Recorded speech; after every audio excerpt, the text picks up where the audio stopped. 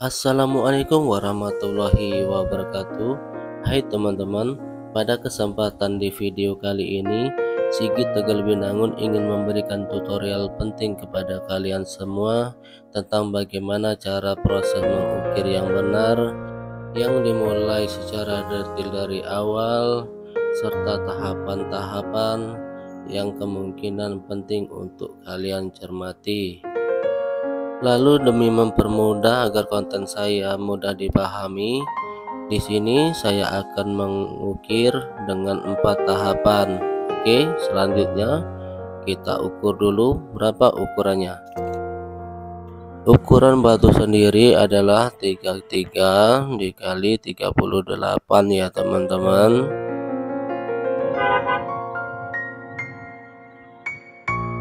Oke, sebagai penjelasan di situ saya menunjukkan perinan dan itu menggunakan kertas HVS ya teman-teman.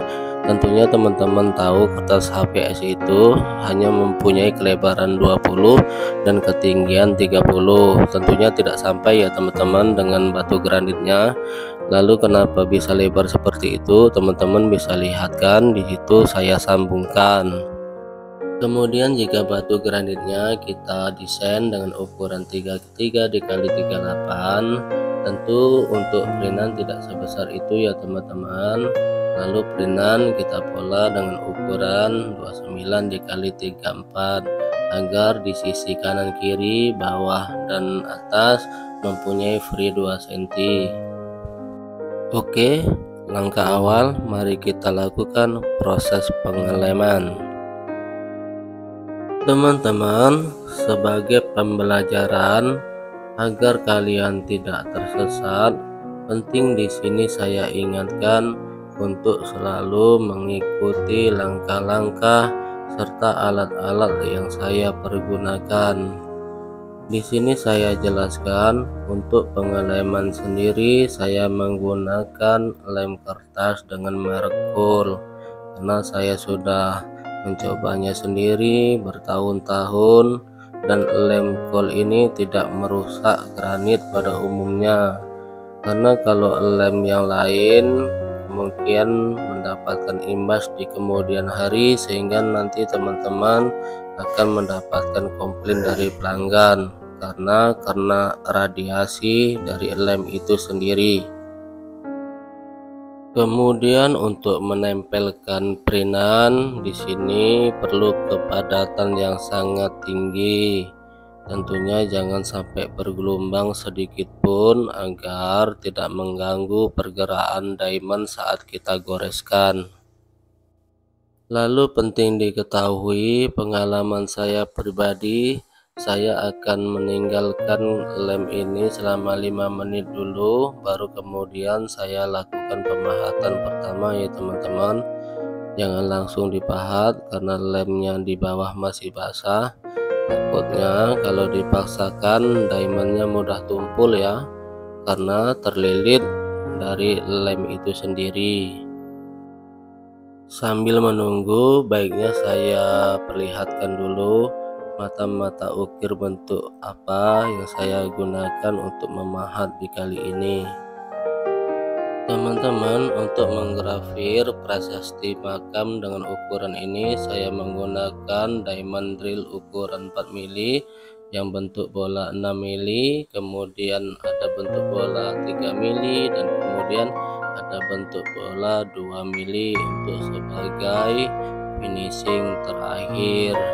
Lalu untuk tangkai-tangkainya yang botol itu bervariasi, ada 2 mili, 3 mili dan untuk yang 4 mili juga sudah saya siapkan.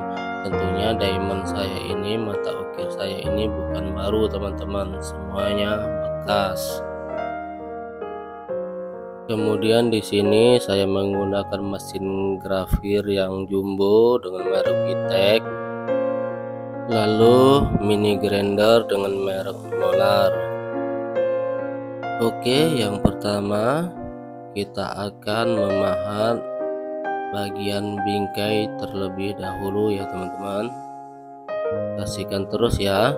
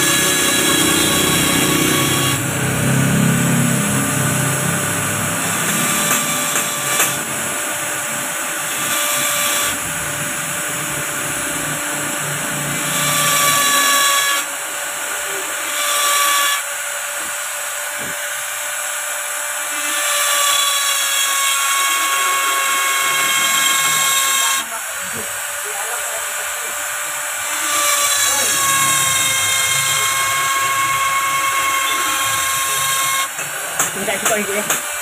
Yang kepang juga tanah itu. Makasih. Salah apa, Pak? Hah? Salah apa? Nade ini nama minyak mobile. Kopi ya, dasar rokok ada kacau apa ya, tapi coba aku coba. Iya, rokok lah, Pak.